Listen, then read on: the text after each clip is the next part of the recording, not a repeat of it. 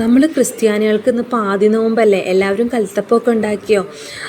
നമ്മുടെ വിശ്വാസ തീഷ്ണത വർദ്ധിപ്പിക്കാനും കർത്താവായ യേശുക്രിസ്തു 40 ദിവസം ഉപവസിച്ച് 10 ദിവസം സാത്താനാൽ പരീക്ഷിക്കപ്പെട്ടു, കുരിശിൽ തറയ്ക്കപ്പെട്ടതിൻ്റെയൊക്കെ ഓർമ്മ പുതുക്കലൊക്കെ ആയിട്ടോ നമ്മൾ ഈ പുളിപ്പില്ലാത്ത അപ്പം ഉണ്ടാക്കുന്നത്. പുളിപ്പില്ലാത്ത അപ്പം എന്നൊക്കെ പറയും. നമ്മൾ പച്ചരി പൊടിച്ചെടുത്ത് കുതിർത്തി പൊടിച്ചെടുത്ത് ഉഴുന്ന് വറുത്ത് പൊടിച്ചതും തേങ്ങയും ജീരകവും വെളുത്തുള്ളിയൊക്കെ അരച്ചതും പിന്നെ തേങ്ങാക്കൊത്തും ചുവന്നുള്ളിയൊക്കെ വറുത്ത് ഇതിൻ്റെ അകത്ത് മിക്സ് ചെയ്ത് നമ്മൾ വറകലത്തിലാണ് നമ്മൾ ഉണ്ടാക്കുന്നത്. ഇപ്പം നമ്മൾ ഇങ്ങനത്തെ പാത്രത്തിലൊക്കെ ആയിട്ട് ഉണ്ടാക്കുന്നത്. അടുപ്പിലാണ് ഏറ്റവും നന്നായിട്ട് ബെസ്റ്റ്. നോൺ സ്റ്റിക്ക് പാത്രത്തിലും ഉണ്ടാക്കാം.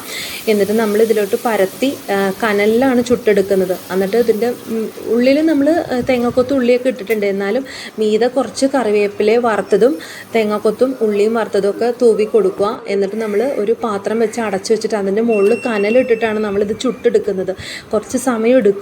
നമ്മൾ കുറച്ച് കഴിയുമ്പോൾ നോക്കുമ്പോൾ നല്ല ക്രിസ്പി ആയിട്ടിരിക്കും. ഞങ്ങൾ സുറിയാനി സഭയിലാണ് ഇങ്ങനെ കൂടുതലായിട്ടും ഇങ്ങനത്തെ ആചാരങ്ങൾ കാണുന്നത്. ട്രഡീഷണലായിട്ടുള്ള രീതിയിലാണ് എല്ലാവരും ഉണ്ടാക്കുന്നത്. നമ്മൾ പാതിനോമ്പിൻ്റെ അന്ന് സ്ലീബ നാട്ടുക എന്ന് പറയും. പള്ളികളിൽ സ്ലീബ വെക്കാറുണ്ട്. അപ്പോൾ എല്ലാവരും അത് വന്നിച്ചിട്ടാണ് ദേവാലയത്തിൻ്റെ അകത്ത് പ്രവേശിക്കുക. നമ്മൾ വിശ്വാസം വർദ്ധിപ്പിക്കുക. പിന്നെ നമ്മുടെ മക്കൾക്കൊക്കെ ഈ ഒരു വിശ്വാസം പകർന്നു കൊടുക്കുക. നമ്മൾ കാണിച്ചു കൊടുത്താലേ നമ്മുടെ മക്കളും ഇതും പിന്തുടരുള്ളൂ. അപ്പം എല്ലാവർക്കും ഒരു നല്ലൊരു നോമ്പ് കാലം ആശംസിക്കുന്നു. അപ്പോൾ എല്ലാവരും വിശുദ്ധിയോടും പ്രാർത്ഥനയോടും കൂടെ ഇരിക്കുക. അപ്പോൾ ഈ വീഡിയോ എനിക്ക് അയച്ചു തന്നത് എൻ്റെ അനിയത്തി കേട്ടോ. ഫ്രണ്ട്സിക്ക് ഒരുപാട് നന്ദി.